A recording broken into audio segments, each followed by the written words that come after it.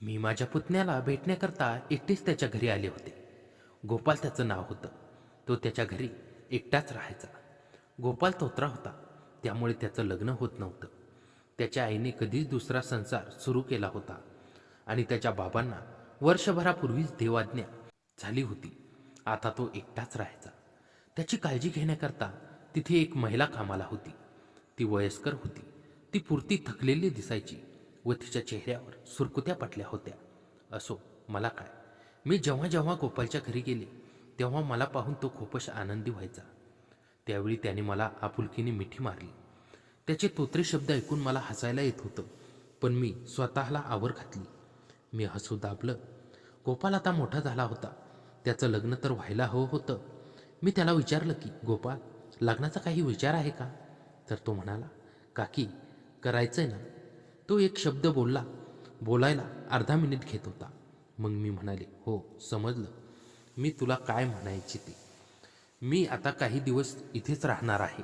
हे ऐकून गोपाल खुश झाला. तो तर मी कायमची इथेच राहावं यासाठी मला आग्रह करू लागला.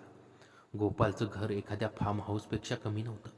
तिथे स्विमिंग पूलपासून बाकी सगळ्या सुविधा होत्या. घरात चक्क 5 खोल्या होत्या. त्या दिवशी मी कामवाल्या सुमन मावशीला घरातील बाकी सगळे काम करायला सांगितले आणि स्वयंपाकाची जबाबदारी मी घेतली. माझ्या हातचं जेवून गोपाल खुश झाला होता. तो म्हणाला, काकी, आज असं वाटतं की मी अमृत जेवतोय. गोपाल जेव्हा बोलत होता तेव्हा सुमन मावशी तिथे जवळच काम करत होत्या. त्यांनी बोलणं ऐकलं आणि त्यांचा चेहराच उतरला, पण त्या काही बोलल्या नाही. माझा तो दिवस आनंदातच गेला होता. गोपालच्या चेहऱ्यावर मला फार आनंद दिसत होता. बघता बघता अशीच पुढची 4 दिवसही उलटली आणि 4 दिवसानंतर गोपालने मला जो प्रश्न केला तो मला अपेक्षित नव्हता. मला वाटलं होतं की गोपाल एवढा हुशार नाही आहे, पण मी समजत होते तेवढाही तो साधा फळा नव्हता. त्या दिवशी सकाळी नाश्त्याच्या टेबलवर गोपालने मला विचारलं की, काकी, काय ग, तुला इथे येऊन 4 दिवस झाले, पण मी एकदाही तुला काकांशी फोनवर बोलताना पाहिलं नाही. तू काकांशी बोलत नाहीये. काकांचा तुला फोन येत नाही का? काही झालंय का तुमच्या दोघांमध्ये? त्याचा तो प्रश्न ऐकून मी थोडा वेळ गप्प राहिले, कारण त्याला काय उत्तर द्यावं ते मला समजत नव्हतं. मला शांत पाहून तो पुन्हा म्हणाला, काकी, काही झालंय का? तू माझ्याकडे मन मोकळं कर. मला परक समजू नकोस. तेव्हा त्याच्या 2 आपुलकीच्या शब्दांनी माझं मन भरून आलं आणि मी तिथेच रडू लागले. व त्याला म्हणाले, गोपाल, तू किती मनकावडा आहेस रे. तू माझं मन ओळखलंस. तुझा अंदाज अगदी बरोबर आहे. तुझ्या काकांचे आणि माझे थोडे वाद झाले, त्यामुळे मी इथे निघून आले. मला शांतता हवी होती आणि मला खात्री होती की मला माझ्या माहेरपेक्षाही या आपुलकी आणि प्रेम याच घरात मिळणार. त्यामुळे मी काहीही विचार न करता इथेच निघून आले. मी काही दिवस इथे राहिले तर चालेल ना तुला? त्यावर तो म्हणाला, काकी, तू असं परक्यासारखं का विचारते? हे घर तुझंच आहे आणि तू इथे बिंदास राहा. तुला जेवढे दिवस इथे राहायचं तेवढे दिवस राहा. अगदी कायमची राहिली तर मला काही हरकत नाही. अगं, नवरा बायकोमध्ये थोडेफार वाद होतच असतात. तू आता त्या गोष्टीचा जास्त विचार करू नकोस. थोड्या दिवसात काकाचा राग शांत होईल आणि तो स्वतःच तुला घ्यायला येईल.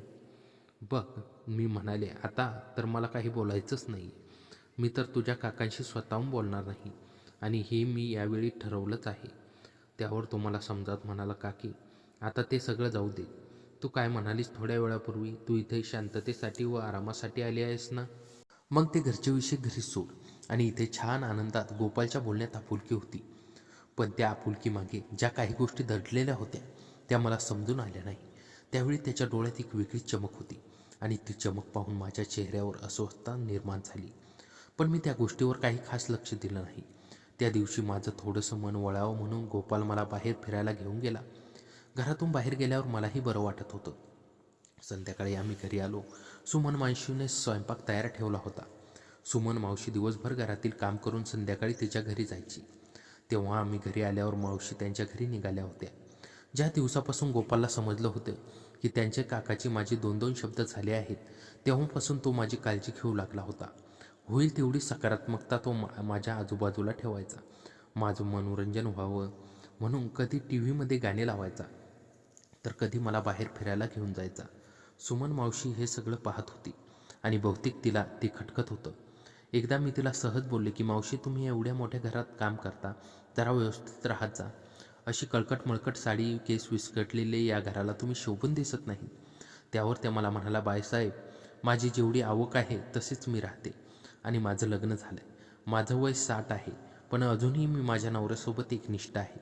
उगाच मला घराच्या बाहेर निघाल्यावर दुसऱ्या लोकांसमोर नटून थटून राहायची गरज नाही, कारण मी माझ्या नवऱ्याशी एकनिष्ठ आहे. सुमन मावशी मला वारंवार ती काय ऐकवत होती की ती तिच्या नवऱ्याशी एकनिष्ठ आहे. तिचे शब्द ऐकून मी चिडले.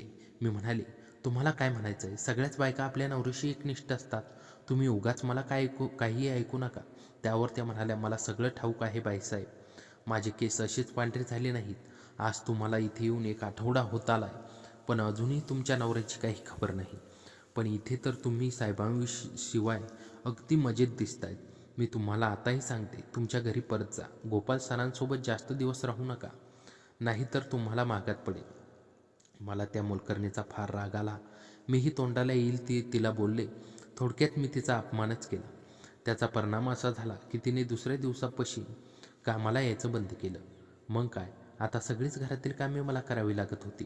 आणि त्यात 2 दिवसानंतर गोपाल बाहेरच्या स्विमिंग पूलजवळ पाय सरकून पडला. आणि आता तर माझा ताप जास्तच वाढला होता, कारण मला त्यालाही सांभाळावं लागत होतं. अजून तरी मला सुरेशने स्वतःहून कॉल केला नव्हता, त्यामुळे मी त्याची विचारपूस केली नाही. मी गोपालच्या घरीच होते. मी गोपालच्या खोलीत त्याच जेवणाचं ताट नेऊन द्यायचे. तो मला त्यांच्यासोबत जेवायला बसायला सांगायचा. जेवत असताना तो माझ्याशी बऱ्याच गप्पा गोष्टी करायचा. माझ्याशी तो त्याच्या कॉलेजचे किस्से शेअर करायचा. त्याचं बोलणं ऐकून असं वाटायचं की बरीच वर्ष झाली त्याने खूप गोष्टी मनात साठवल्या आहेत. आजपर्यंत त्याच्याकडे मन मोकळं करायला कोणीच व्यक्ती नव्हती, म्हणून त्यावेळी मीही त्याचे एकूण एक गोष्टी मन लावून ऐकायचे. असेच पुढचे 3-4 दिवस उलटले. अचानक एके दिवशी एक भयान घटना घडली. तर झालं असं की त्या दिवशी रात्री मी माझ्या रूममध्ये रोजप्रमाणे झोपले होते, पण अचानक मी जोरात ओरडून उठले. मला एक वाईट स्वप्न पडलं होतं. ते स्वप्न पडल्यानंतर मी एकटी झोपायला घाबरत होते. मग मी गोपालची मदत घ्यायला गेले. जेव्हा मी त्यांच्या खोलीत गेले तेव्हा आतील दृश्य पाहून माझे डोळेच विस्फारले. तो मला एक व्यवस्थितपणे चालताना दिसत होता. त्याला चालताना पाहून मला धक्का बसला, कारण कालपर्यंत लंगडा चालणारा मुलगा एकटाच असताना व्यवस्थितपणे चालत होता. मला पाहून त्याच्या चेहऱ्यावर थोडा घाम फुटल्यासारखं दिसलं. मी त्याला म्हणाले, गोपाल, तुला तर कालपर्यंत चालता येत नव्हतं आणि आता तू व्यवस्थित चालतोस, म्हणजे तू पाय मुरगळण्याचं खोटं नाटक करत होतास का? तेव्हा तो म्हणाला, नाही ग काकी, मी आत्ताच पट्टी काढली, मला थोडं बरं वाटत होतं म्हणून म्हटलं. उगाच पट्टी कशाला लावायची, थोडं 2 पावले चालून बघूयात. मी त्याच्या बोलण्यावर विश्वास ठेवला. मी त्याला म्हणाले, ते सगळं ठीक आहे, आता रात्रीचे 2 वाजलेत आणि तू अजूनही जागा? तर तो म्हणाला, हो, बऱ्याचदा मी उशिरा झोपतो. आताही मी वेब सिरीज बघत होतो, त्यामुळे जागा होतो. तू सांग, एवढ्या रात्री इथे कशी? तेव्हा मी त्याला मला पडलेल्या स्वप्नांबद्दल सांगितलं. ते ऐकून तो म्हणाला, काय ग काकी, तू आणि घाबरतेस? माझ्या धडधाकट काकाला घाबरवणारी तू एका स्वप्नाला घाबरलीस? असं बोलून तू अजून जोरजोराने हसू लागला. मला त्याच्या बोलण्याचा राग आला. मी तिथून बाहेर पडू लागले. तोच त्याने मला थांबवलं. म्हणाला, काकी, अगं मी तुझी मस्करी नाही करू शकत का? बरं, सॉरी, तुला माझी मदत हवी आहे ना? घाबरू नकोस, मी तुझ्यासोबतच आहे. त्या रात्री गोपालच्या मदतीमुळे मी शांत झोप घेतली. दुसऱ्या दिवशी सकाळी त्याने मला सांगितलं की आज घरी काही पाहुणे मंडळी येणार आहेत. मी त्यांना कोण कोण येणार आहे ते विचारलं तर तो म्हणाला, अगं काकी, लग्नाचं स्थळ आहे. विवाहबद्ध ग्रुपमध्ये माझ्या मित्राने मला काही महिन्यापूर्वी ॲड केलं होतं आणि आता तब्बल 6 महिन्यानंतर त्या ग्रुपमार्फत मला स्थळासाठी फोन आला आहे. मग मीही लगेच होकार भरला. आता बघ ना, तूही इथे आहेस. तू आहेस म्हटल्यावर मला काही चिंता करायची गरज नाही. तू सगळं सांभाळून घेशील. गोपालचं बोलणं ऐकून मी जरा विचारात पडले होते. काही क्षण मी जागे स्तब्ध झाले. तेव्हा अचानक त्याने माझ्या डोळ्यासमोर टाळी वाजवली. तेव्हा मी भानावर आले. तो म्हणाला, काकी, काय झालं? कुठल्या विचारात गर्क झालीस? मी त्याला तेव्हा काही नाही म्हणाले आणि पाहुणे मंडळीच्या स्वागताच्या तयारीला लागले. पुढच्या 2 तासातच पाहुणे मंडळी गोपालच्या घरात होते. मुलगी दिसायला तशी ठीक होती, पण मला ती आवडली नाही. गोपाल तिच्याशी बोलत होता. बहुतेक त्याला हे स्थळ आवडलं होतं. काही वेळाने ती पाहुणी मंडळी त्यांच्या घरी गेल्यानंतर गोपालने मला विचारलं की काकी, तुला नवरी कशी वाटली? मी म्हणाले, नवरी मुलगी अच्छा, म्हणजे तुला ती पसंत आहे? तर तो म्हणाला, अगं काकी, मी सहज बोलून गेलो, तू सांग ना, तुला मुलगी कशी वाटली? मी म्हणाले, खरं सांगू, मला तुला नाराज करावं वाटत नाही, पण मी तुझं आयुष्यही बर्बाद होताना बघू शकत नाही. माझं बोलणं ऐकून तो गंभीर झाला. म्हणाला, काकी काय झालं, जरा मला सांगशील का? मी त्याला म्हणाले, गोपाल, कदाचित काही गोष्टी तुझ्या लक्षात आल्या नसतील. मला त्या मुलीच्या चेहऱ्यावर एक प्रकारची चलाखी दिसली. मला मनापासून वाटत नाही की ती मुलगी तुझ्यासाठी योग्य आहे. त्यावेळी माझ्या बोलण्यावर गोपालने काही उत्तर दिलं नव्हतं, पण मी त्याचं आयुष्य बर्बाद होऊ देणार नव्हते. मी त्या मुलीचा अख्खा बायोडाटा चेक केला आणि मला समजलं की तिचं ते दुसरं लग्न होतं. मी गोपालला ते सांगितलं तेव्हा त्याला धक्का बसला. तो म्हणाला, मुलीही खोटं बोलतात, यावर माझा विश्वासही बसत नाही. एवढी मोठी गोष्टी त्यांनी लपवायला नको होती. गोपालने तेव्हाच फोन करून त्या स्थळाला नकार कळवला. त्याने माझे फार आभार मानले. म्हणाला, काकी, तू माझं आयुष्य बर्बाद होण्यापासून वाचवलंस. तू माझी फक्त काकी नाहीस, तू माझी सखी आहेस. मला तू माझ्या मैत्रिणीसारखी वाटतेस, कारण मी तुझ्याकडे माझ्या मनातील प्रत्येक गोष्ट सहजपणे बोलू शकतो आणि तूही मला समजावून घेतेस. त्यांनी माझे आभार मानले. आता गोपाल व माझी मैत्री दिवसेंदिवस वाढत गेली. आता मला तिथे जाऊन जाऊन पूर्ण महिना होणार होता, पण अजूनही सुरेशने माझी काही खबर घेतली नव्हती. कारण त्या एके दिवशी सकाळी सगळं बदललं. माझी तब्येत बिघडली होती. मला चक्कर येऊ लागल्या होत्या आणि हळूहळू सगळी लक्षणं वेगळ्याच दिशेने जात होती. जेव्हा मला खरं कारण समजलं, तेव्हा माझ्या पायाखालची जमीन सरकली. कारण हे होतं की मी आई होणार होते. त्या दिवशी मी फार रडत होते. गोपाल तेव्हा घरी नव्हता आणि त्याचवेळी सुमन मावशी घरी आली होती. मला रडताना पाहून मावशीने माझी विचारपूस केली. मी रडतच मावशीला सांगितले की मावशी, मी आई होणार आहे. तर त्या म्हणाल्या, बाईसाहेब, ही तर आनंदाची गोष्ट आहे आणि तुम्ही रडत आहात. तेव्हा मी मावशीला जे काही सांगितलं ते ऐकून त्याही शॉक झाल्या.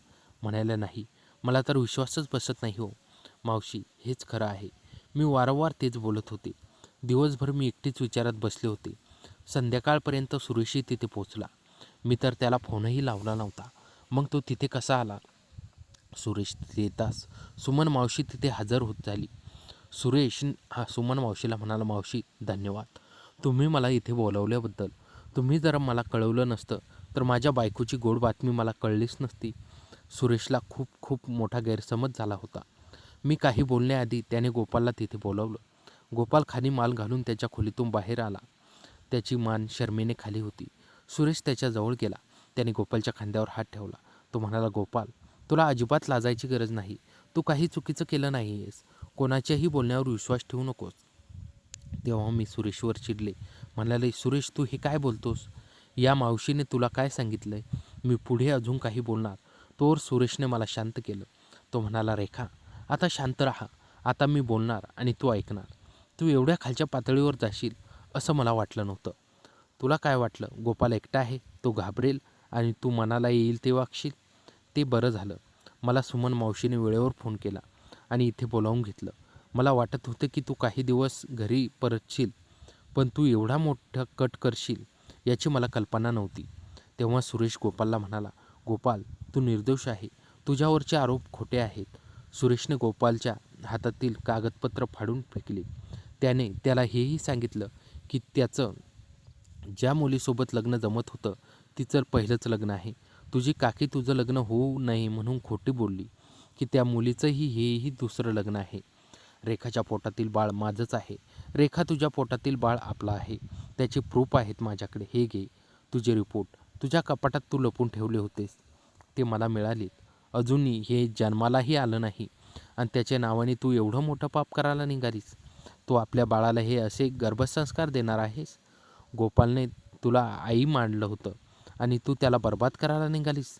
त्याची ही संपत्ती त्याच्या वडिलांनी मोठ्या कष्टाने मिळवली आहे. त्याच्यावर तुझा काय, माझाही हक्क नाही आहे.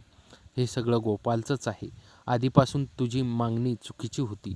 आपल्याकडे आहे तेवढं सुख मानायला हवं, पण तू एक लालची बाई आहेस. आता इथून पुढे मला तुझ्यासोबत राहायचं नाही. सुरेश म्हणाला, तुला जास्त टेन्शन घ्यायची गरज नाही. बाळ जन्माला येईपर्यंत मी तुझा सगळा खर्च उचलेल. तू माझ्या बाळाला माझ्याकडे सोडून नंतर तुझं आयुष्य एखाद्या श्रीमंत व्यक्तीसोबत घालू शकतेस. मी तुला थांबवणार नाही. सुरेशचा निर्णय ऐकून मी थक्कच राहिले. त्या काही क्षणात माझं आयुष्य उद्ध्वस्त होताना मला दिसू लागलं होतं. तेव्हा मी सुरेशची व गोपालची माफी मागितली. मी म्हणाले, सुरेश, मला माफ कर. मला गोपालची संपत्ती नको आहे. मला आपला सुखी संसार हवा आहे. गोपाल, मी खोटं बोलले. या बाळाशी तुझा काही संबंध नाही. हे माझा आणि सुरेशचंच बाळ आहे. मला तुझी संपत्ती माझ्या नावे करायची होती म्हणून मी खोटं वागले. तू खूप सभ्य आणि चांगला मुलगा आहेस. मी गेल्या वर्षभरापासून सुरेशच्या मागे लागले होते की आता तुझा भाऊ तर राहिला नाही, मग त्याची संपत्ती आपली झाली तर गोपालला एवढ्या संपत्तीची काय गरज? त्याची संपत्ती तू तुझ्या नावावर करून घे. पण माझा नवरा ऐकत नव्हता. म्हणून शेवटी तुझी संपत्ती मिळवण्यासाठी मी इथे आले. मी इथे राहायला आले. मी तुला खोटं बोलले आणि तुझ्याकडून कागदपत्रावर सही घेतली.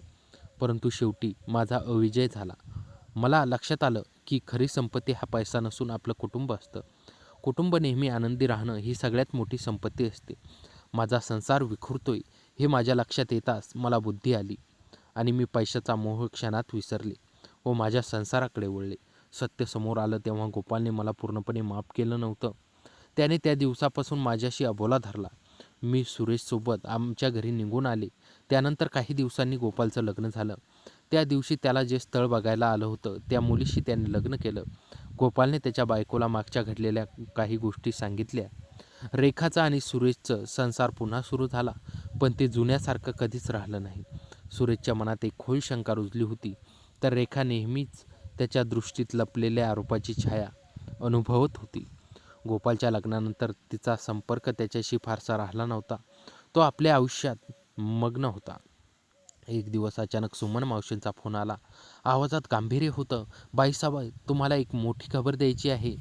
तुमच्या नावाचे काही कागदपत्र गोपाल सरांच्या टेबलावर पडलेले मी पाहिले. ते फार महत्त्वाचे दिसतात. रेखाच्या हृदयाची गती जोरात वाढली. त्या कागदपत्रामध्ये तिने गोपालकडून सही करून घेतलेली तीच फसवी कागदपत्रे असावीत अशी तिला भीती वाटली.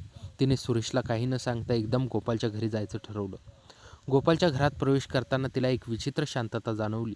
सुमन मावशीने दार उघडलं आणि गंभीर मुद्रेने खोलीकडे निर्देश केला. गोपाल टेबलावर काही कागदपत्रे पाहत बसला होता. तो रेखाला पाहताच उठला. त्याच्या चेहऱ्यावर राग नव्हता, फक्त एक अस्वस्थ उदासीनता होती. काकी, तुम्ही येणार हे माहीत होतं, तो मंद आवाजात म्हणाला. सुमन मावशीने तुम्हाला बोलावलं नाही का? गोपाल, ते कागद? रेखा घाबरलेल्या आवाजात म्हणाली. हो, तेच कागद. तुम्ही माझ्याकडून सही करून घेतलेले. पण काकी, यात काही नवीन जोडलंय. त्याने एक पत्र रेखाकडे सरकवलं. ते पत्र वडिलांचं होतं, अतिशय जुनं. त्यात लिहिलं होतं, माझ्या प्रिय पुत्र गोपाल, जर कधी तुझ्या काका सुरेशना किंवा त्याच्या कुटुंबियांना कोणत्याही प्रकारे मदतीची गरज भासली तर तू त्याची निर्धारपूर्वक आणि उदार मनाने मदत करशील, कारण कुटुंब हेच खरे संपत्तीचे स्रोत आहेत. रेखाचा घसा कोरडा पडला. गोपालने पुढं म्हटलं, बाबांना माहीत होतं की काका आणि तुम्हाला पैशाची खूप आस आहे, म्हणून त्यांनी हा करार केला होता की त्यांच्या मृत्यूनंतर काकांना नियमित पैसे मिळतील. पण त्यांची एक अट होती की तुम्ही दोघेही माझ्याकडून थेट किंवा चक्रद्वारे जमीन मालमत्तेची मागणी करणार नाही. तुम्ही ती अट मोडली. तरीही बाबांची आठवण म्हणून. तो थांबला, डोळे पुसले. मी तुमच्यासाठी एक ट्रस्ट तयार केला आहे. या ट्रस्टमधून तुम्हाला दरमहा एक ठराविक रक्कम मिळेल. तुमच्या बाळाच्या शिक्षणासाठी वेगळी रक्कम बाजूला ठेवली आहे. पण एक अट आहे, तुम्ही कधीही माझ्या किंवा माझ्या कुटुंबियाच्या संपर्कात येणार नाही. हे पैसे मिळवण्यासाठीही तुम्हाला थेट माझ्याशी संपर्क साधावा लागणार नाही. एक बँक व्यवस्था केली आहे. रेखा अगदी स्तब्ध उभी होती. हा पराभव नव्हता, ही एक मोठी दयाच होती जी तिला झेलता येत नव्हती. का गोपाल, मी तुझं एवढं वाईट केलं का? कारण तुम्ही माझी काकी आहात. गोपालचा आवाज भावनांनी भरलेला होता आणि बाबा म्हणाले होते, कुटुंबाचा अपमान करू नको, चुकांवर पांघरून घाल, पण दूर राहा. ते पत्र आणि ट्रस्टची माहिती घेऊन रेखा घरी परतली. तिने सर्व काही सुरेशला सांगितलं. सुरेशने काही बोलण्याचा प्रयत्न केला नाही. त्याच्या डोळ्यासमोर भावंडामधील प्रेम आणि विश्वासाची एक उंच भिंत कोसळताना दिसत होती. काही आठवड्यानंतर पहिली हुंडी बँकेत मिळाली. ती रक्कम सुरेशच्या पगारापेक्षा जास्त होती, पण त्या पैशाने भरलेली ATM पेपर त्यांना जाळत होती. त्यांनी एक रक्कम स्वयंसेवी संस्थेला दान केली. गोपाला कधीही कळलं नाही की त्याचा पैसा त्यांनी स्वीकारला नाही. तो आपल्या पत्नीशी आणि नवजात मुलासोबत सुखात होता. एक दिवस त्याला सुमन मावशीने विचारलं, सर, त्या पैशाचं काय झालं? ते स्वीकारले का? गोपालने खिडकीतून बाहेर पाहत म्हटलं, मावशी, काही गोष्टी दिल्यानंतर विचारू नये. आपण आपलं कर्तव्य केलं इतकं पुरेसं आहे. बाकी प्रत्येकाची मनाची शांती वेगळी असते. त्याचवेळी रेखा आणि सुरेश एक लहानसे परंतु शांत घरात राहत होते. एक दिवस रेखाने विचारला, आपण चुकलो होतो ना? सुरेशने तिच्या खांद्यावर हात ठेवून उत्तर दिले, होय, पण आता बरोबर चालत आहोत, एवढंच महत्त्वाचं आहे. आणि त्यांनी एकमेकांचा हात दृढवर धरला. दूरवर गोपालच्या घरातून एक मुलाचा हास्यध्वनी येत होता. दोन्ही कुटुंबामध्ये एक दृश्य अंतर राहिलं, पण शेवटी प्रत्येकाने आपापल्या मार्गाने शांती शोधली. कारण जीवनात काही चुका इतक्या खोल खणतात की त्यातून बाहेर पडलेली माणसं कधीच पूर्वीसारखी एकत्र येत नाहीत, फक्त समांतर जगू शकतात एकमेकांच्या आठवणीच्या छायेत. तर मित्रांनो, कथा कशी वाटली कमेंटमध्ये नक्की कळवा आणि चॅनलवर नवीन असाल तर आता सबस्क्राईब करा.